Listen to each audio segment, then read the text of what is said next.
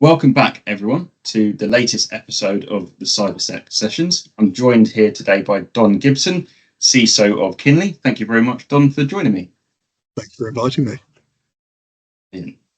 Start things off with a question to give the audience a bit of an idea of who you are and what you do. So could you give a bit of an intro to, your role at Kinley? So you're right in saying the CISO at Kinley. It's a bit of an unusual one, as Kinley's a company or an amalgam of several companies that have been put together by the owners. So over the last couple of years, in addition to looking after our existing business and customers and winning new stuff, we've also been on a big transformation journey. So we'll be doing that. Kinley themselves are a global audio-visual company. So anything to do with screens, boardrooms, wide-scale displays, interesting video items such as inside the main public spaces at the LSE, the London Stock Exchange. That's our forte. Right. Now, we've spoken before, and I know one of the things you're keen on relating cyber back to everyday people, everyday lives, and the impact it can have, and I suppose getting a bit of credibility on cyber from that. So what advice would you give to other CISOs to help frame this impact when speaking to the board or stakeholders? It's quite difficult because you don't want to be the boy that cried wolf.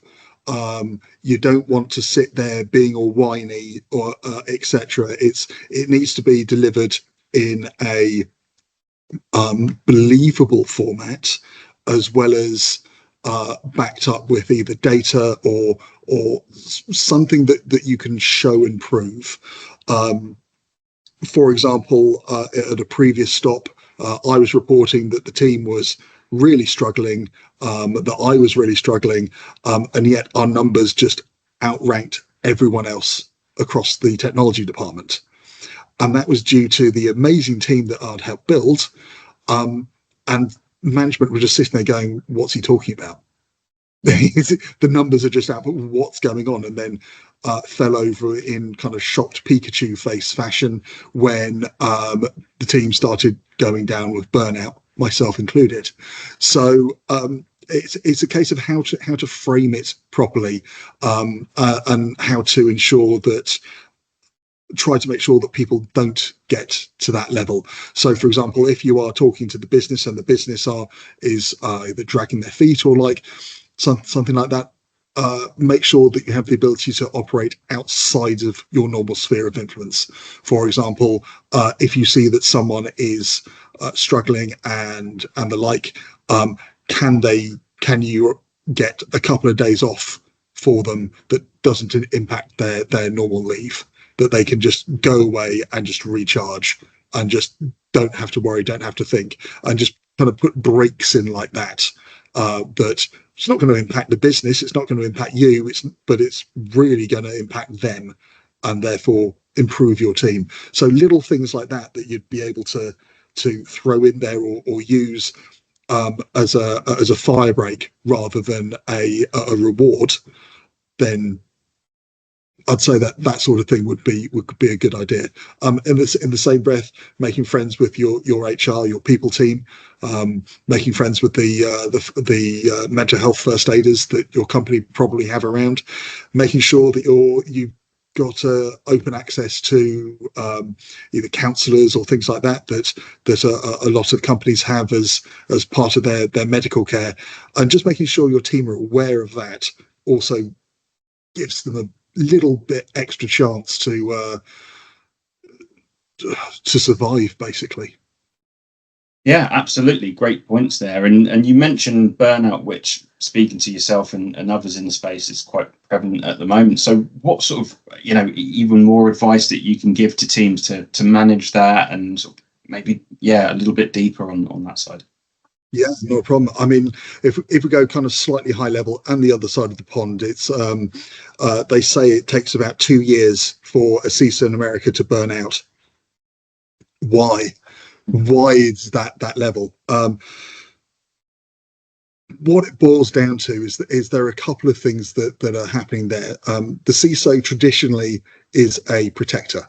You're there as an aegis, and you're there always trying to protect the company, protect your staff, and quite often you don't protect yourself with that. You'll get to the end of the day, your brain will be crawling out of your ears, and you haven't had lunch. You've got you are too tired to even think about going out and exercising, and that's when problems start to occur. So the trick is to try to make sure that it sounds slightly counterintuitive by putting yourself first when you're automatically trying to look after everyone else, but trying to build things in. So build the breaks into your diary. If you don't have, if you're going back to back to back to back for meetings for days on end, that's not healthy. So if you actually kind of build something in where you can take a break, enforce that there's a 25-minute meeting instead of a 30-minute meeting. So you've got that 5-minute break to get up, stretch your legs, walk around the house, walk around the office, do something. That's really important. In the same breath, exercise. I was talking about this with Dr. Marcia Goddard last year. And she basically said that getting some form of exercise in this context will always help, even if it's just a 5-minute wander. Everyone goes on about, oh, you've got to do at least 20 minutes or something like that. Sometimes you don't have that choice or that capability, but even just getting up and stretching your legs for 5 minutes will always help. I do say that doing something of what you like isn't bad for you. So if you are there and you've actually got a couple of minutes, do something else. Think about something else. Take your mind off the screen in front of you. Do you like reading? Have a quick read. Look out of the window. Put some music on. Put on a track that you like, or a podcast, or a bit of comedy, and just change it up. Just make something better for yourself. So that's about you. What can you do about your team? The main thing you can do with your team is, if people are going above and beyond and working above the hours that they are allocated, make sure they get time in lieu. If someone's really pushed on an incident and that they've done some monster hours for a couple of days, why? Because you should be able to hand over in your team and have a balance and a parity. But B, if it really was something that they couldn't and they had to run with, make sure that they've got some time off afterwards. Don't just hand them straight off onto the next one. They need a break.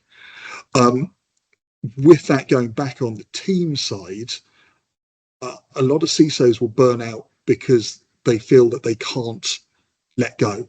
They have to be on 100% of the time. Why? We have deputies, we have managers underneath us. Why can't we have the ability to just turn around and go, I know that these people are really good. I trust them. I've trained them. I've got training for them. They're absolutely brilliant. Why can't I hand myself over to my workload over to them, or what's needed for the next week, and I actually go off on holiday and my phone goes off? Why? The always on culture is just absolutely ridiculous, and it will literally kill people. So yeah, trust people, give people enough rope for them to run with. It's always been something I've done, but I've only had one person ever fail with it. Everyone else has just excelled, and that's because you've brought in the right people, you've hired the right people, and you let them do their thing, and they're going to learn from it. Absolutely, and especially with like recent events, things like this, the CrowdStrike situation we saw the other month. It's really important to remember those, like scheduling in breaks, scheduling in time to hand over properly if people are doing those. And as you say, yeah, time and is a great way of showing people that you have gone above and beyond, and this isn't an everyday thing, right? We're going, look, this is a one-off situation. You've helped us out. Do it that way. It's important. Yeah. It's also the fact that you should be able to enable the people to do it themselves. They shouldn't need to, for example, just take a 5-10 minute break, 20-minute break, and walk around, stretch the legs. You shouldn't need to ask your boss to do that. Yeah. We're all adults here. Come on. It's just we should be looking after each other. Definitely. Totally agree.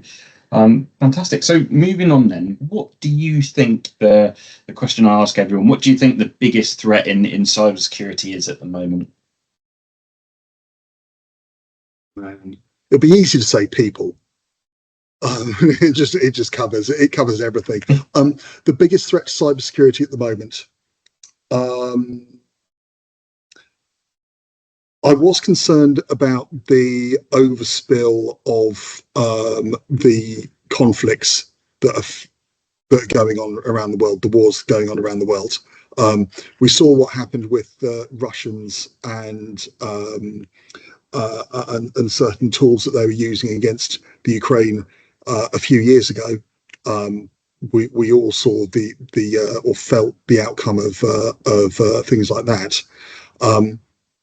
But I think the world learned from that, or rather we learned from that, and made life a lot easier for ourselves. So for me, I'm thinking there's an awful lot on at the moment. There's an awful lot to be concerned about. There's the appalling things that are happening in Ukraine and the Middle East. There's the bizarre rise of the alt-right in America and across Europe. There's some very strange political decisions being made. Money is fairly well in short supply, and people are getting desperate, and the very rich are getting very rich, and not much else is happening. There's an awful lot, and the pressure of all that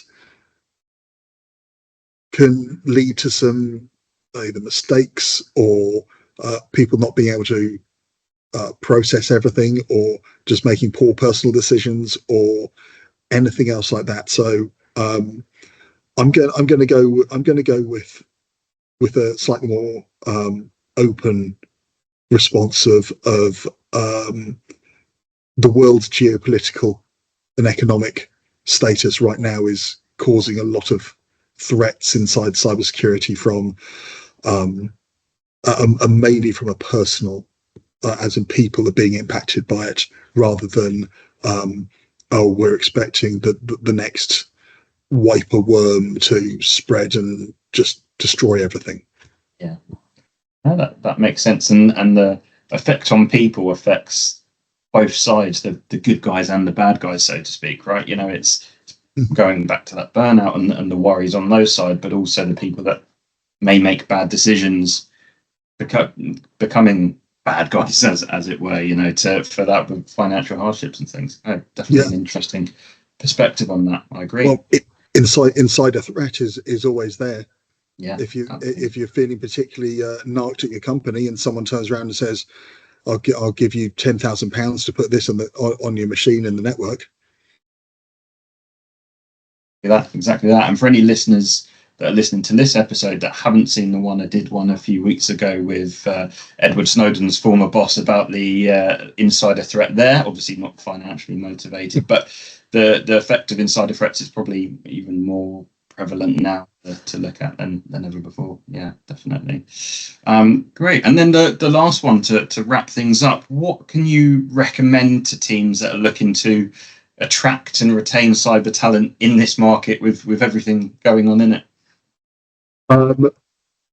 My magic wand for this, and it actually covers quite a few bits, is remove barriers to entry. If anyone can tell me why an entry-level SOC engineer needs a master's in in computer security, I'm going to laugh at you. It remove barriers to entry. Not only that, play the game. For example, in a previous role, we were looking at junior roles, and we were lucky to get kind of 5 CVs through, and they were interesting. For example, what computer experience do you have? I operate the tills at Clark's. So, fine, okay, at least we know where the level is. That place then teamed up with a TikToker who explains compliance and etc. And the TikToker did a 30-second video on, there's a role around, they were talking about risk methodologies, about the FAIR method, etc. And by the way, this place has got a junior role open at the moment to work with this method. If anyone's interested, blah. 480 plus CVs came in for one role. And that means you are going to find some very good people. But how many of us, especially dinosaurs like me, would be sitting there going, should we make a TikTok video to try to get junior staff in? It was so far outside my wheelhouse. I went, really? Unsure. And the team did it. And they're absolutely amazing. So go to where the market is. If you're looking for a junior member of staff, go to where the junior members of staff could be. Remove the barriers to entry. Oh, and when I say remove barriers to entry, obviously I'm not saying kind of turn it into a trip hazard rather than a barrier. I'm saying be sensible. I tell my teams to hire on not only capability, but aptitude and attitude. I want the people that really want this, that really want to get in there. They've done the background reading. They've gone to AWS and done the free training that you can get. They've done this, they've done that. That's what I want, because they're motivated. They want to be there. And in the same breath, as soon as I start feeding them training and skilling them up, etc., they're not really going to want to go anywhere. Yeah. They're going to say, so which means I cut down on churn, I get a far more stable team, I get the right people in the team, etc. All of a sudden, you've got a strong, mature workforce that's actually pretty young in age. Obviously, at some point, they're going to have to go. At which point, you increase your own capability, credibility, and scope of your remit and reach by reaching out to your peers and going, I have a really good X. Is anyone looking for one? And you help them go and you help them grow, which then helps the people underneath them grow. So slightly Machiavellian, I'll freely admit, but remove barriers to entry, get the people in, talk to where the people are, and you'll be amazed at the results.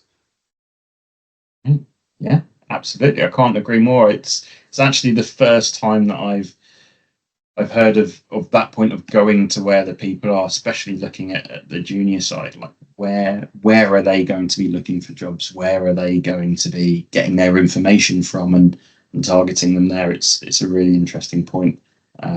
Definitely think it's something. Maybe I need to get on TikTok. I've been avoiding that as much as I possibly can. There's other recruiters on there, but I'm hiring myself. And some of the points there you said are absolutely right. We here hire for attitude, and we can teach the technical sides as much as we can. That's almost anyone really can learn the technical side if they've got the motivation to do so. It's just that attitude and that willingness translates into cyber perfectly. Sick. Well, look, I think that wraps up all our questions now. Thank you so much for your time, Don. Great speaking to you, and definitely some interesting learning points there for everyone. It's been my pleasure. Have a good one. Thank you. You too.